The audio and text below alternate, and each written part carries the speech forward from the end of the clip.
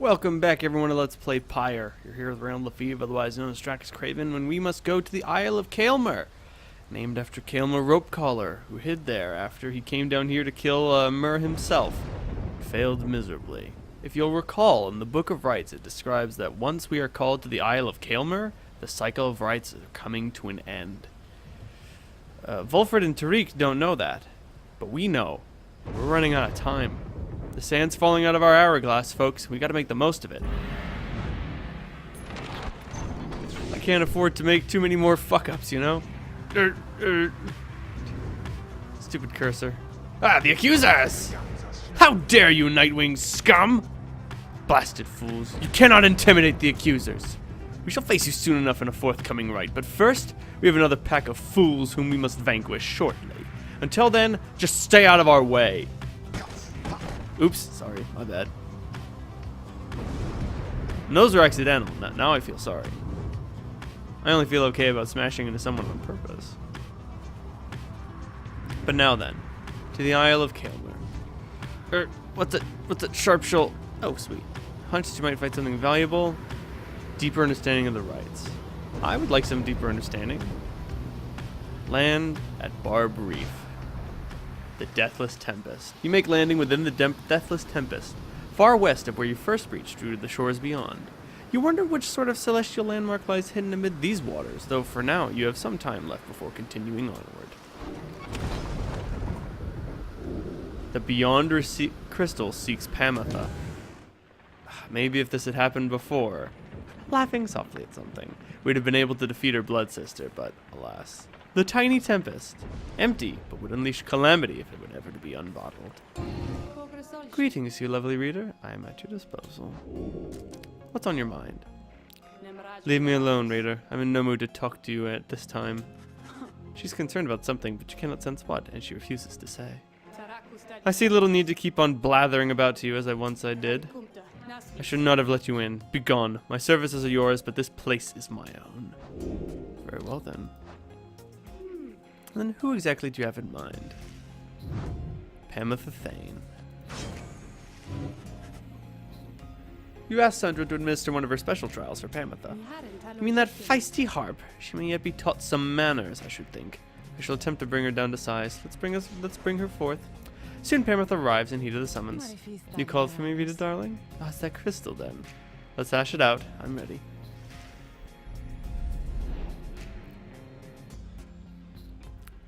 Alright. Very high mobility. Greater yet if I can give her additional mastery.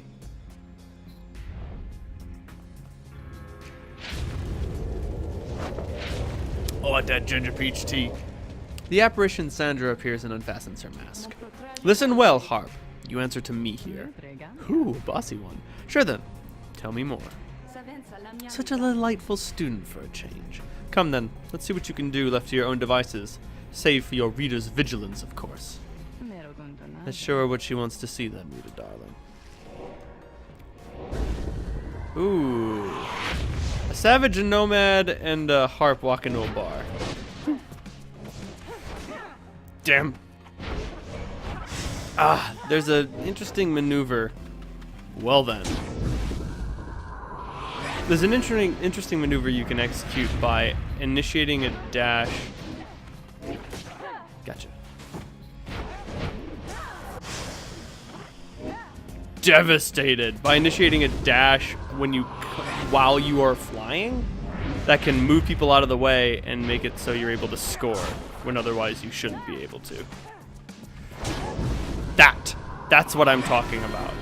It's super intense, and it allows you to score very easily. It's you gotta get in there, man. You just gotta get in.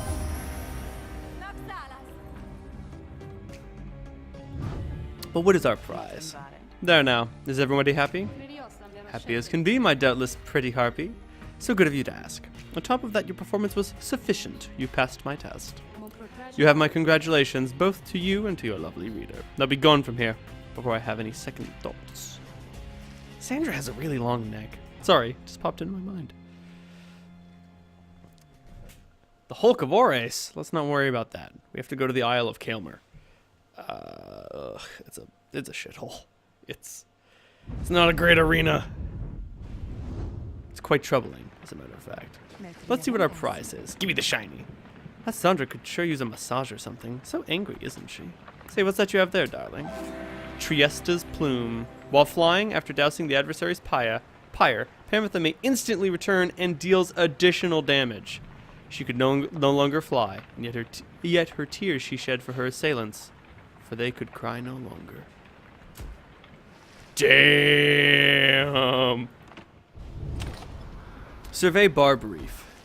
Having reached the Barb Reef, you decide to accompany Faye for a walk among the dark waters.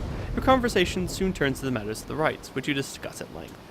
Well, mister, I think you must be right about what you just said. By the time you return to the wagon, you sense she's gained a deeper understanding of it all. Sweet! How much XP does Faye get? 700. Not as good as a vocational mentorship, but not bad. Right, yes, bounce off solid surfaces. We still haven't seen that in action. It's pretty effective. Hello, Tizo. He seems to have something on his mind.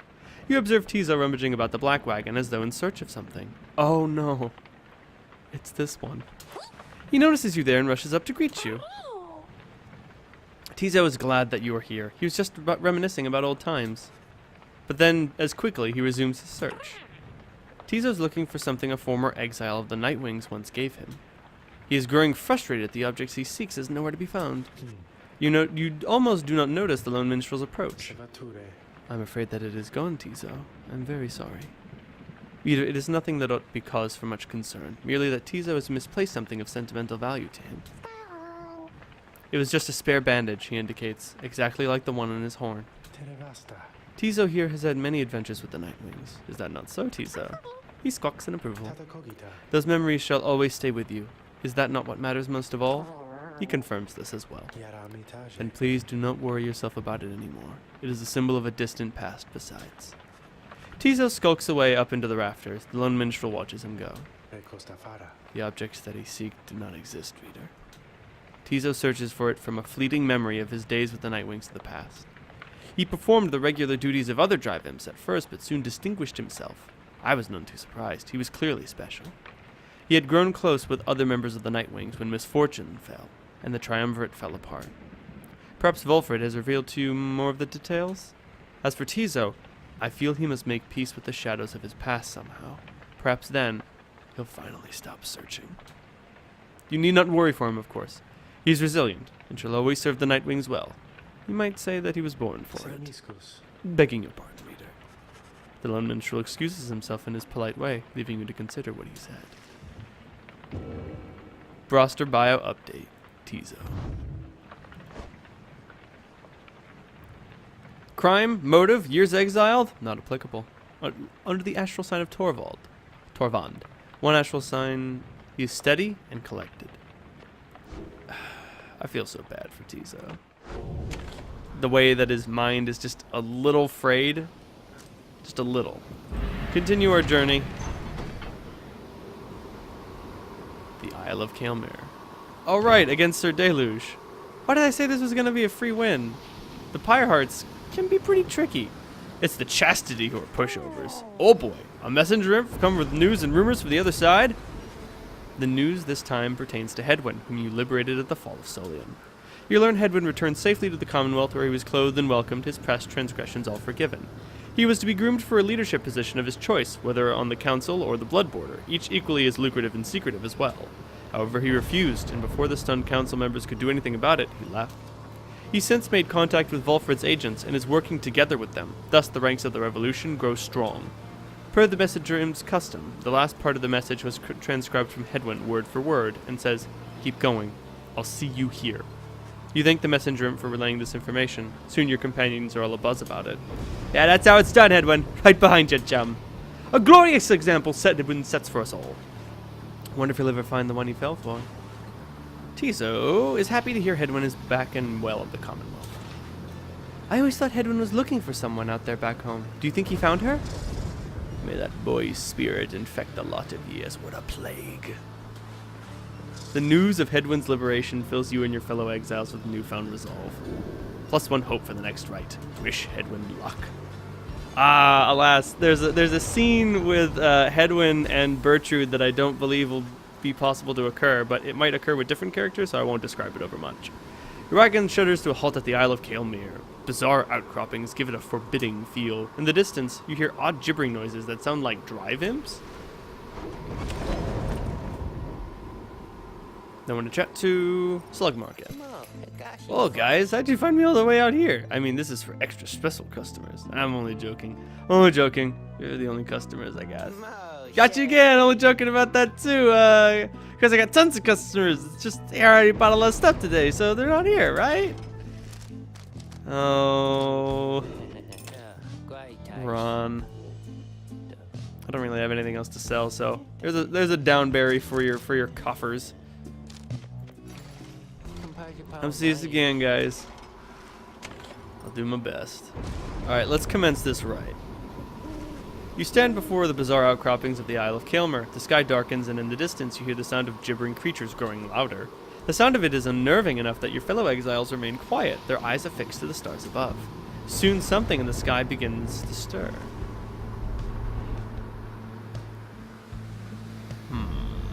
Since we're facing the Pyre hearts, the tattered mantle is a good subject. I don't want Baleanthius. Gives them too much advantage. At least 5 stars active? You're killing me. Quickness, no. Arazek. Giving them more hope won't actually like hurt us too bad because they're already so hopeful. So I'm down with that. And the tattered mantle doesn't matter because worm auras are already so small. Timesinger Harn, as always. Let's switch it over to Sungris instead of Endriga, just because, I don't know, giving them more health feels like it gives me a better chance to win than not. You know, it makes the game go longer instead of putting me at potential risk of loss.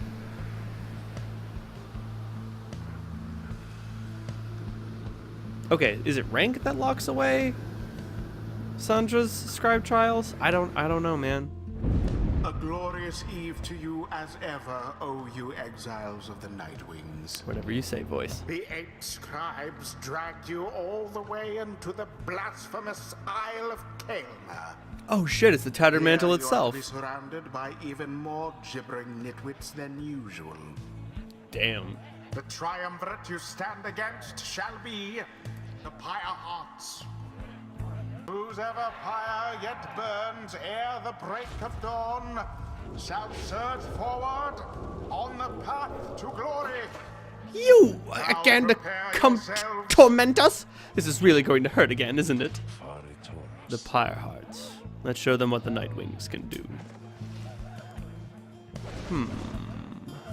Large auras are the order of the Who day. shall conduct this rite? Although speed would not be unappreciated. I'm thinking... It's always good to have Gilman around to give them a good thrashing. Faye is going to be super useful here. So let's go Tizo in the lead. Tizo. Faye backing him up. Yeah. Faye. And then Gilman to get in those sweet, sweet points. But let's consider them and see if any of them have changed over much. Deluge has acquired another mastery, giving him the Vigorous Slash. He has a Vengeful Vow, so destroying him is still a really bad idea. They all have a Vigorous Slash. Sir Frothmore and Lady Shelley. Very well then. Right then, Gilman. Sir Gilman. It is done. For the glory of the Nightwings! We're not afraid of you, especially not this night. Worm Knights, attack! So what's up with these weird thingies? They move. Right, the Vengeful Vow. Whoopsie daisy. Later. Boing. To the Nightwings first of all. Yeah, they move around, which makes Faye particularly dangerous. My. Damn. Ugh, crap.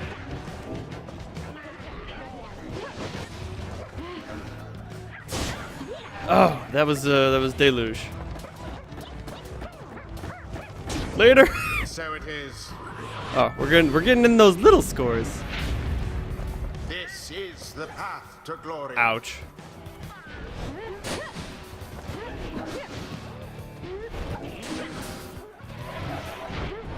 Oh, my bad. That wasn't Sir Deluge. So I don't need to worry about him. Gotcha. That's Sir Deluge. Oh, damn it. Pity what transpired there. A rude predicament for the Pyre Hearts. Damn. Sublime. Gilman knocking everyone out with those sweet, sweet slashes. Now go. All right, all right, all right. Too fast, too fast, too quick. Skunk him. We're gonna skunk him. Oh. The orb. Is that Deluge? I can't tell. It would appear not. Yeah, that is. Pardon me.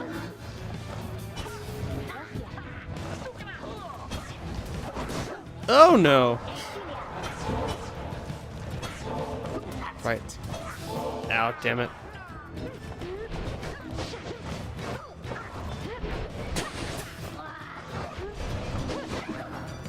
Is that Deluge? That is. So I can't afford to go near him.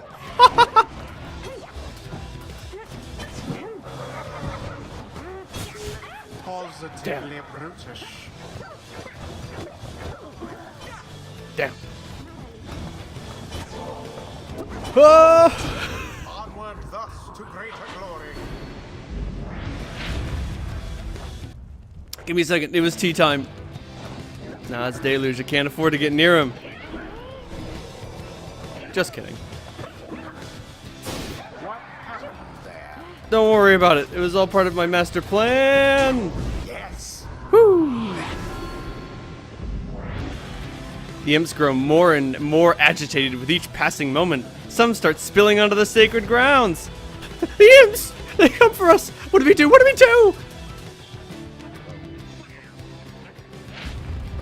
What are those blasted creatures doing? They're doing whatever they want. This is a sacred tradition, not some boorish spectacle. Try telling that to the imps, man. A lick of flame remains. Oh! And it is done. That's what happens when you get goop all over your The playing Nightwings grounds. prevail Again. May All their right. next adversaries fare a little better. Let's get those sweet, sweet XPs The rite is ended. for our big scores. Now then, if you're quite finished making sport of us, then we shall slither away in humiliating disgrace. So, thank you. What stirs now in the hearts of all these exiles? Damn, Tizo getting that mad XP. Gilman getting to level 3. Honor is elusive, O Sir Gilman, yet enlightenment is eternal. So grateful is this knight for such a glorious occasion that he is giving strong consideration to performing here and now the forbidden dance of the Sea Dominion. After using his slash, Sir Gilman can use it again to instantly return to his previous position. Oh, give me that greater cleave. I need those big slashes. Big slashes. Till the next rite. That being said, I think I'm gonna have to mentor Bertrude soon. Once she gets her special scribe trial artifact, she becomes a fucking beast. After you and your fellow exiles secured victory over the Pyre Hearts, you find the lone minstrel tending to one of your own. Faye seems to be unwell, although you cannot yet sense why. How are you feeling, madam? So tired. I feel as though I am not even here, if that makes any sense. I see, then please do not exert yourself or try. The lone minstrel motions for you to come closer. Reader, Faye appears rather disoriented and more fatigued than usual, reported feeling not entirely present, symptoms of banishment sickness. An ailment suffered by those who frequently conduct the rites, debilitating but fleeting. The sense of loss and isolation during banishment sometimes extends beyond that time. She should be able to take part in light activities, I think, but under no circumstances shall she be able to conduct the coming rite. Now then, I will not keep you from the stars above. Please go and have a look at them, for all of us, I think, are anxious to depart this place. Faye got banishment sickness. The stars yet shine, revealing of various paths forward. Gaze into the dark of night. Seek now your destination. Triesta, Ores, and Lu. Back to the Garden of Lu, eh? Ignorius, no. I want to face the fate. It looks like it's not in the stars. Very well then. We'll face them no matter. But who to deal with next? Pick on the Tempers? No thanks. If I defeat the Chastity, it'll bring the Withdrawn further up the ladder.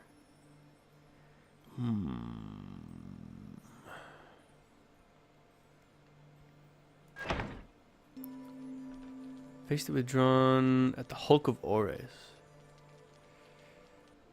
Perhaps not a best idea.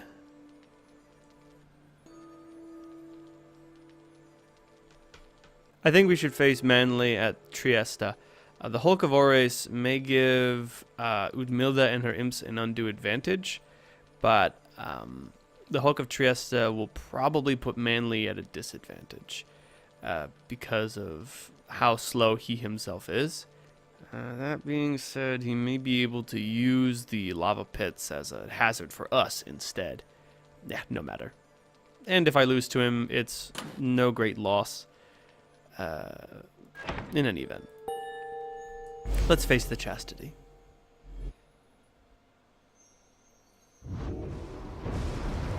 Your next adversaries are to be the Chastity, headed by H. Manly Tinderstaff. They would prevail in the rights not for their freedom, but for fame and fortune in your commonwealth. You and the Lone Minstrel then go over what we know of your next adversary. H. Manly Tinderstaff, the offspring of a semi-famous sap industrialist, was born into wealth and lived in the lap of luxury, never having to fend for himself. When he came of age, he soon was offered cushy ambassador positions that required little more than a silver tongue to convince the Commonwealth that he was keeping busy. He soon grew so proficient at doing nothing much at all that he started spending all his family's riches to assert his fame and status. One day, he attempted to pay off the wrong individual, a particularly stern Commonwealth diplomat, who promptly turned him in and had him sent downriver. Manly was very disappointed by all this, but soon saw in it an opportunity, for he knew well that in the inner circles there were those who had gone into exile and returned. Thanks to his connections, he tracked down the Chastity Deep in Wakingwood and finagled his way onto the Triumvirate using his well-worn skills. He in turn convinced himself that he would earn a position of great influence once he secured a way back to his home. He continues making hollow promises. A shame that this Manly and the Chastity are nothing like the scribe Luce Glorian, and do not share his values. Now it is time we rested, reader, given all today's travails. You bid the Lone Minstrel a good night and take your leave. It is too late now to prepare for flight, so you arrange to depart first thing in the morning. Who is there to speak with? Tizo, again. He seems to have something on his mind. Looking more despondent than usual. When you attempt to reach out to him, he barely acknowledges you. Tizo indicates that he wishes to be left alone right now. You almost run into Faye as you turn to leave. I'm sorry, mister. I just wanted to come check on little Tizo there. I think maybe he's taken ill or something. On further inspection, it occurs to you that Faye perhaps is not off the mark and that Tizo is unwell for some reason. Come on, Tizo, you're gonna be alright. You might be the smallest one of us, but I think you're the toughest. Though Mr. Dariel, she was the toughest one of all, wasn't she? I miss her sometimes. Tizo appreciates the kind words, but still wishes to be left alone. Don't be silly, Tizo. You know I won't be doing that, don't you? Faye turns to you for a moment, lowering her voice. Mister, I think Tizo would like a little bit of privacy if you don't mind. Though I don't mean to be rude. It's just, Tizo, well, I told him not to eat something. There was this, well, I think it was a mushroom maybe, growing in the corner over there. So I see Tivo sniffing at it, and he's always hungry. And usually I try to feed him, but this time I told him no. Because I know my mushrooms, and whatever that was, I think it was a mushroom, but it wasn't one I know. Well, Tizo ate it anyway. Tizo corroborates Faye's recollection of what happened. So, anyway, I think he's going to maybe, well, cough it up, I guess. I think maybe soon. Because when I ate things I thought were mushrooms around here, I coughed them up as well. They made me rather sick, kind of like Tizo is over there. I hope I'm not being inappropriate because it's not polite, maybe? Well, come to think of it, Tizo, why don't we go outside? Because then I won't have to clean up after you. Like the last time when you ate something, I said maybe you shouldn't. Remember? Tizo indicates he remembers full well and regrets not heeding Faye's food-related counsel. Oh, don't worry, silly. If you take an ill, then I think you're going to be fine. Once you have a little walk outside with me, because you're very tough. Tizo is beginning to look better already. You're my best friend, Tizo. I won't let anything bad happen to you. Or at least I'll try, okay? I don't think anyone could stop you from eating things, though. Then she snatches Tizo up in her arms and whisks him out of the wagon with her. You hear her call back to you over her shoulder. Bye, mister. I'll make sure Tizo is alright, okay? I promise. Although the prospect of Faye administering medical assistance normally would give you pause, Tizo seems to accompany her willingly enough. The two have shared a rather close bond since Faye first made contact with the group. For someone like her who has lived alone for so long, that friendship must be vital. And as for Tizo, he must be impressed that a non-native of the downside seems to know her way around food safety even better than he. Well, that's what happens when you live alone. You learn not to eat garbage. Yep. In any event, that'll do it for this episode of Let's Play Pyre. If you liked what you saw, if you want to continue the adventure, please hit subscribe. And if you think that what I do is really keen, you can send me a couple bucks monthly on Patreon. And I can use that money to do fantastic, amazing things, like make more videos, start streaming, hire an artist to do cool shit, do the coolest thing I could think of, pay my rent. But until then,